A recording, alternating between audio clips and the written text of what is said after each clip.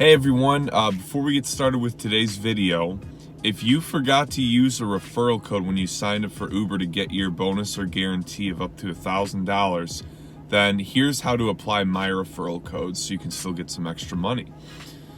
Here's the steps. So 1, open the Uber app. Next, click your photo or the 3 lines at the top corner.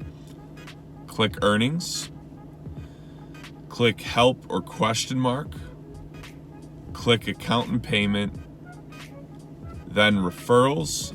And this step is really important. Click invited driver, report my missing or incorrect driver referral. And then click send a message. And for the invite code, use G4QA5UE. Friend's name, yours truly, Gregory Wave. GREGORYWAVE, like wave. The phone number is 815-847-0184. And the email is gregwave@yahoo.com. And for the details, you can just say something like, my good friend Gregory referred me to drive for Uber. What's up, everybody, and welcome to another episode of the Rideshare Hub. My name's Greg. So what I'm doing for you guys today is a video on Uber Pool. And is Uber Pool worth it? What I've heard from drivers that use it. It's not in my market, so I've never driven Uber Pool. I've used it a lot as a customer, and I've got some interesting things to say. Before we get going, I just wanted to tell you about a few things. So I had some changes in my life with my car. I have a whole video on that because it was some interesting stuff and might be something that's relative to you one day.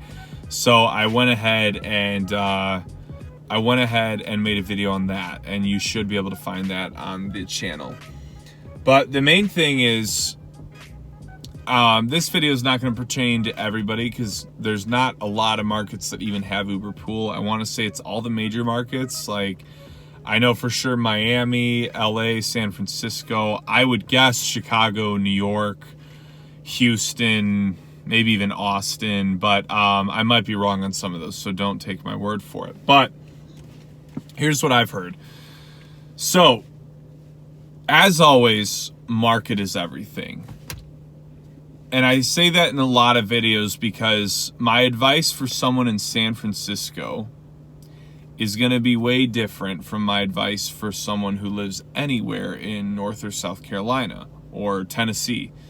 I bring up those cities because those states because I've driven in all of them. I drove in Nashville, Tennessee for a year, Charlotte for like a year and a half, and just different little pockets of South Carolina.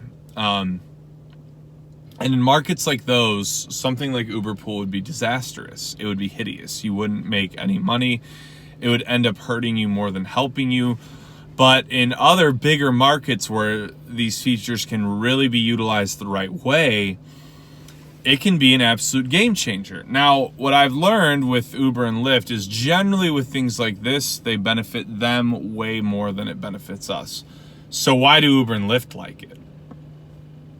Very, very simple answer. Because it's less operating costs for them to give 2 to 3 rides. So it's payout to one driver, think about that, but 3 different fares. They make way more money on these pool rides. That's why they push them so freaking much.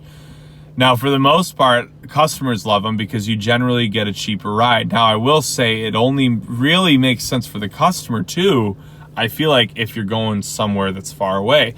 So I did a lot of filming in Miami about 2 years ago, and I used Uber Pool constantly because I was filming in South Beach and staying in Miami. So I had a good little 30-minute commute for every single thing I did. And I loved it because I felt like what normally would have been a $30 ride for me, I was paying $7 to $12. And I was just like, how does this end up happening? Here's where I noticed drivers really get screwed. Now, I will let you guys know that every driver I talked to, at least in Miami, about Uber Pool hated it. And they were like, oh yeah, it ends up screwing you. It never ends up really helping you. I don't make jack for money on it. And excuse me, guys. Holy cow. And they weren't big fans of it. So why do they hate it? Because a lot of times one person requests it and then the rest of the ride doesn't fill up. I remember one time where I requested an Uber pool at Miami Airport, get picked up. Now, the Miami Airport for a ride sharing is a whole different devil. I have never seen an airport like that. I don't know how a lot of drivers even know how to do it, because it was so confusing to me, just a customer trying to find my Uber. I was like, is this what these people always put up with? And I think they're all idiots. Like, maybe it's actually difficult. But no, my airport, it's not difficult. They are idiots. Kidding, kind of. So this guy picks me up, and then he's got another girl in the airport. He can't find her. He's calling her. She doesn't know where the heck she's at. He spends over 10 minutes trying to find her, and then she ends up just canceling. So now he's got only me, and he takes me 30 minutes with no other ride. Now, I believe I did have to still pay a little bit more since he didn't get a second ride, but it definitely wasn't full priced. So from his point of view, he just got hosed, you know? Like, he just had a really crappy hour, and in a place like Miami, you don't want to have crappy hours, you know? Like, that's, if you have the ability to stay consistent, you want that, and you do there. So, most drivers I've talked to have told me that happens so much that they hate doing Uber pool rides. And I don't know if it's still forced, but I believe it used to be like you wouldn't know if you accepted one. Someone correct me on that if I'm wrong. But, and maybe it's gotten better over time. This is my limited experience with it. But basically, as soon as people aren't getting picked up, it's not good. Now, the times where it can really pay off is if you have a long distance ride and you manage to pick up 3 people you drop off on the way. Why does it end up making more sense then? Because you actually make the money you need a lot of times more than what you would have made dropping one person off that fare. Think about it this way too. You also have the ability to get tipped on 3 different passengers for a single ride.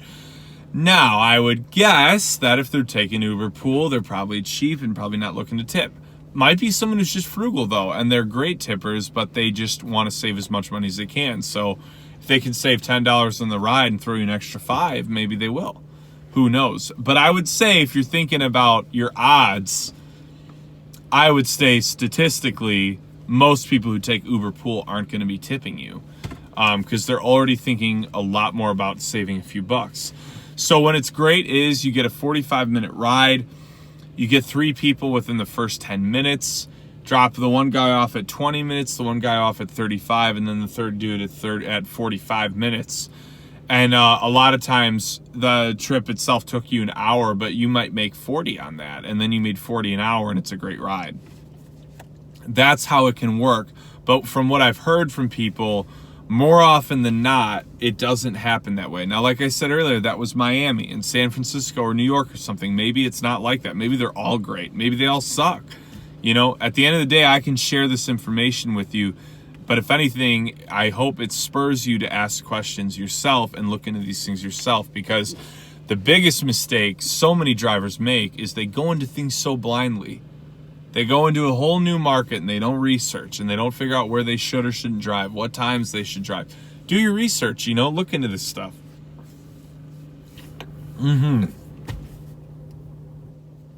Really itchy throat today. Sorry, I was itching my throat.